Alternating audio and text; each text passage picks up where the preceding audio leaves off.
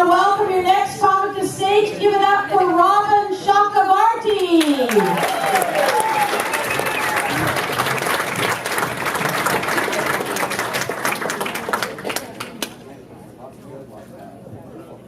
Hi everyone, good evening.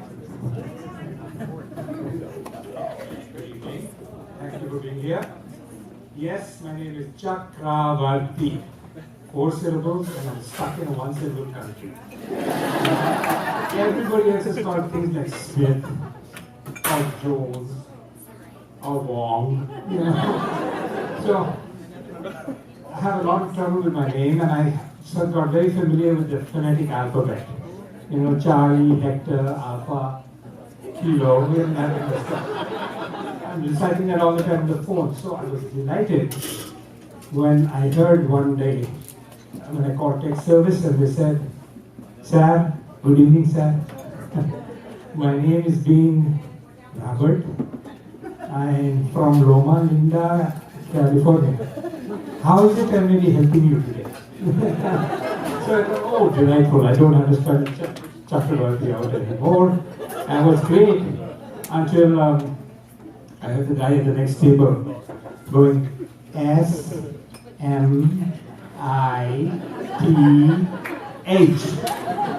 Yes, H. What do you mean there's not enough vowels in that? So, anyway, my mother is a Punjabi Muslim married to a Brahmin Hindu. Okay?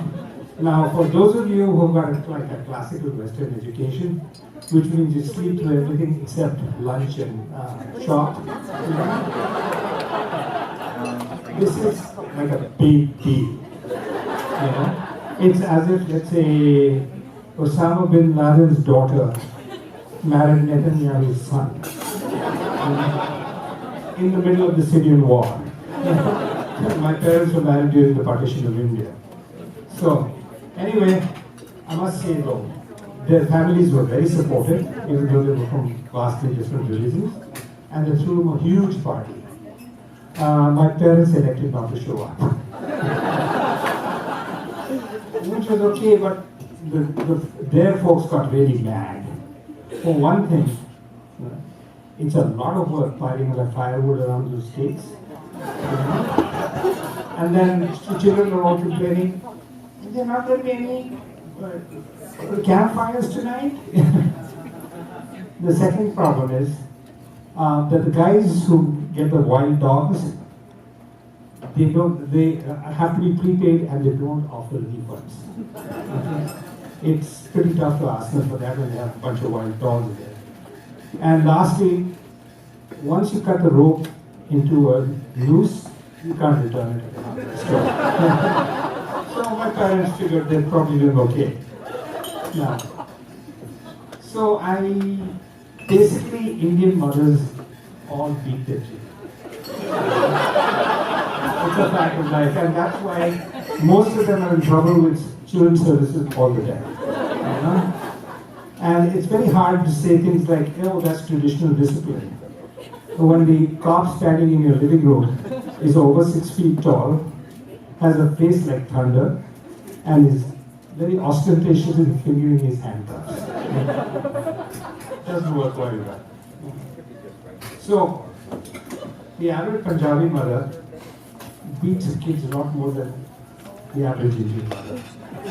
And my mother was an above average Punjabi mother.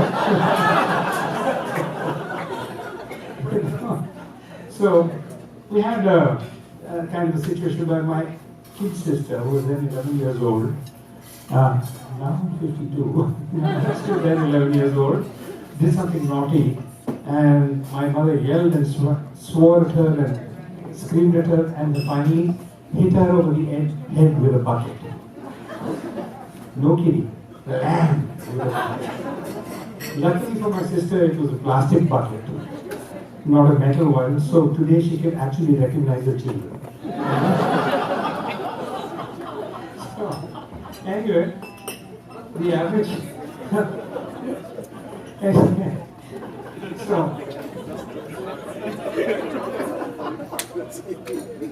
I think basically, that's about the end of my story. So